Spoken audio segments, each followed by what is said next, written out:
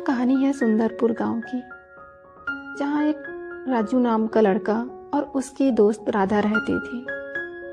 दोनों बेहद समझदार और होशियार बच्चे थे।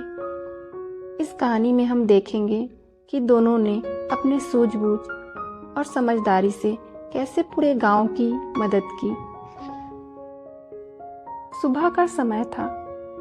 राजू के पिता मोहन, जो कि एक मेहनती और ईमानदार किसान थे, वह खेती किसानी करता और हमेशा खुश रहता, लेकिन आज वह बहुत उदास और दुखी नजर आ रहा था।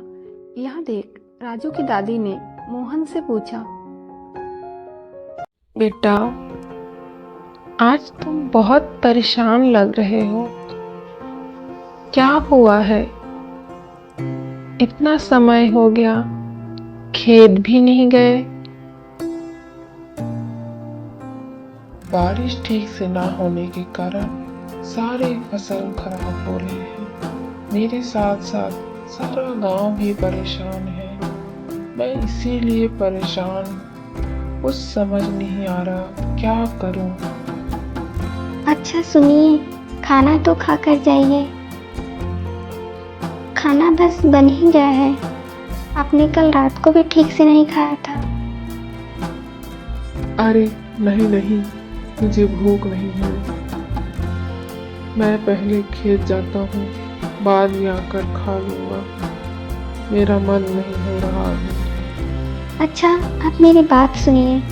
आप इतना ज़्यादा चिंता मत करिए। आप इतनी चिंता क्यों कर रहे हैं? इतनी चिंता करने से आपकी सेहत खराब हो जाएगी। और आप भगवान पे भरोसा रखिए, वो कुछ भी गलत नहीं करेंगे। जो भी होगा अच्छा होगा। आप उम्मीद मत हारिए, और हम सब हैं ना आपके साथ। सब ठीक हो जाएगा। बहू बिल्कुल सही कह रही है। तुम चिंता मत करो, सब ठीक हो जाएगा। भगवान पर भरोसा रखो। अच्छा, अब तुम खेत जाओ।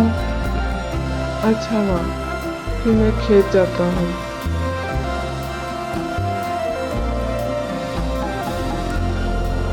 इतना कहकर मोहन वहाँ से चला जाता है।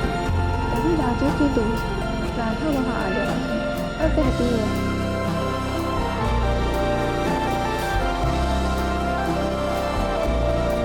अरे आज काका इतना परेशान क्यों थे? मैंने तो इससे पहले कभी उनको इतना परेशान नहीं देखा। क्या हुआ है दादी? फिर दादी दोनों बच्चों को समझाती है और सारी बातें बताती है कि पानी ना होने के कारण सबके खेत सूख रहे हैं, जिस कारण मोहन के साथ सारा गांव परेशान है। राधा, मुझे लगता है हमें खेत चलकर देखना चाहिए कि आखिर बात क्या है। पिताजी अकेले क्या कर रहे होंगे। हाँ हाँ राजू, चलो हम खेत चलकर देखते हैं। यह सारी बातें सुनकर राजू और राधा दोनों खेत की ओर चल पड़ते हैं। अरे पिताजी, आप इतने दुखी क्यों हैं? आप उदास मत होइए, सब ठीक हो जाएगा। आप ऐसे हिम्मत नहीं हार सकते।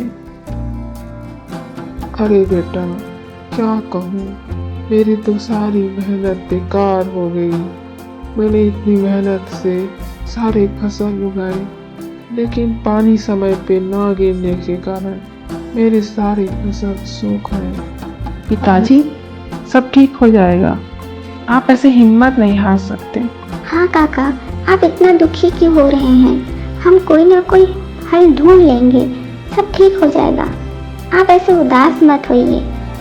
मोहन को दिलासा देते ही हैं कि तभी गांव के सेठ लाला वहां आ जाते हैं और घमंड से कहने लगते हैं, अरे क्यों इतनी मेहनत करते हो? वैसे भी अब कुछ नहीं हो सकता। इस खेत का कोई फायदा नहीं है इसमें मेहनत करके। मैं तो कहता हूँ इसे बेच दो। वैसे तो कोई खरीदेगा नहीं, लेकिन अगर तुम चाहो तो मैं इसे आधे दाम पे खरीद सकता हूँ। तो मोहन, क्या कहते हो? लाला, यहाँ तुम कैसी बातें कर रहे हो? इस वक्त तो तुम्हें हमारी सहायता करनी चाहिए।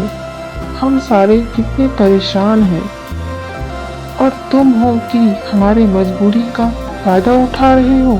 पिताजी ठीक कह रहे हैं और हम अपनी खेत आपको नहीं बेचेंगे।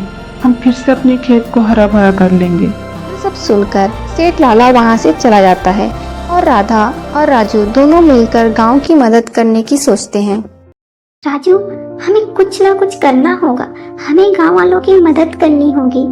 तुम कोई उपाय सोचो जिससे हम गांव वालों की मदद कर सके और सबके खेत सूखने से बचा सके। हाँ राधा, हम जरूर अपने खेतों को बचाएंगे और गांव वालों की भी मदद करेंगे। पिताजी, आप कल सारे गांव वालों को इकट्ठा करिए। मुझे सबको बताना है। मेरे पास एक सुझाव है जिससे कि हमारे खेतों में पानी आ सकता है। हाँ हाँ बेटा, मुझे तुम दोनों बच्चों पे पूरा भरोसा है। तुमने कुछ सही सोचा होगा। अगली सुबह जब सारे गांव वाले इकट्ठा होते हैं तो राजू उन सबको कहने लगता है, आप सब मेरी बात ध्यान से सुनिए। हमारे पास एक उपाय है खेतों में पानी लाने का। पास में एक नदी है। अगर हम वहां से खेत तक एक रास्ता बना दे पानी आने का, तो हमारे खेतों में पानी आ सकता है और हम सब के खेत फिर से हरे भरे हो सकते हैं। फिर दोनों बच्चे मिलकर सारे गांव वालों को समझाते हैं। सभी गांव वाले राजू और राधा की सूझबूझ को देखकर उनकी बात को मान जाते हैं। सभी लोग मिलकर नदी से खेत तक रास्ता बनाते हैं। आखिरकार सारे गांव वालों की मेहनत रंग लाई। पानी खेतों तक पहुंच गई। पानी आता हुआ देख राधा खुशी से कहने लगती है, वो देखो राजू, पानी हमारे खेतों तक आ रही है। आखिर हमने कर दिखाया। हाँ राधा, हमने कर दिखाया। हमारे खेत फिर से हरे भरे हो जाएंगे। ये अब हमारे खेत हरे भरे हो जाएंगे फिर से, और सारे गांव वाले भी खुश हो जाएंगे। दोनों बच्चे खुशी से झूम उठते हैं और नाचने लगते हैं। अब गांव वालों को पानी की कोई समस्या नहीं थी और सबके खेत हरे भरे हो गए। मोहन भी अपने खेत में खुशी से काम करने लगा और यहाँ सब देख सेठ लाला को भी अपनी गलती का एहसास हो जाता है और वह मोहन से माफी मांगता है।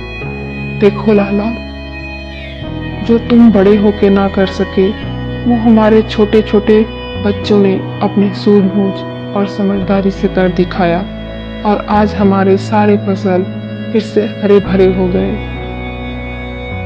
हाँ मोहन, तुम बिल्कुल सही कहते हो। मुझसे बहुत बड़ी गलती हो गई। मुझे सबकी मदद करनी चाहिए थी। मुझे माफ कर दो। मुझे अपने किए पे बहुत शर्मिंदगी है। अब ऐसा दोबारा कभी नहीं होगा। अब मैं भी सबकी मदद करूँगा। हाँ हाँ, चलो कोई बात नहीं। तुम्हें अपनी गलती का एहसास है, यही बड़ी बात है। आगे से ध्यान रखना और हमेशा ज़रूरतमंद की मदद किया करो। मोहन भी उसे खुशी खुशी माफ कर देता है और अपने दोनों बच्चों की तारीफ करता है। मोहन अपनी माता के सामने दोनों बच्चों की तारीफ करता है। दादी माँ भी दोनों बच्चों की खूब तारीफ करती है और उन्हें सीख देती है। हाँ बेटा, हमारे दोनों बच्चे बहुत समझदार हैं। देखो बच्चों, जब लोग आपस में मिलजुल कर काम करते हैं तो कोई भी मुश्किल बड़ी नहीं होती। समझे मेरे बच्चों? इसीलिए हमेशा साथ में मिलकर हर समस्या का हल निकालना चाहिए और सबकी मदद करनी चाहिए।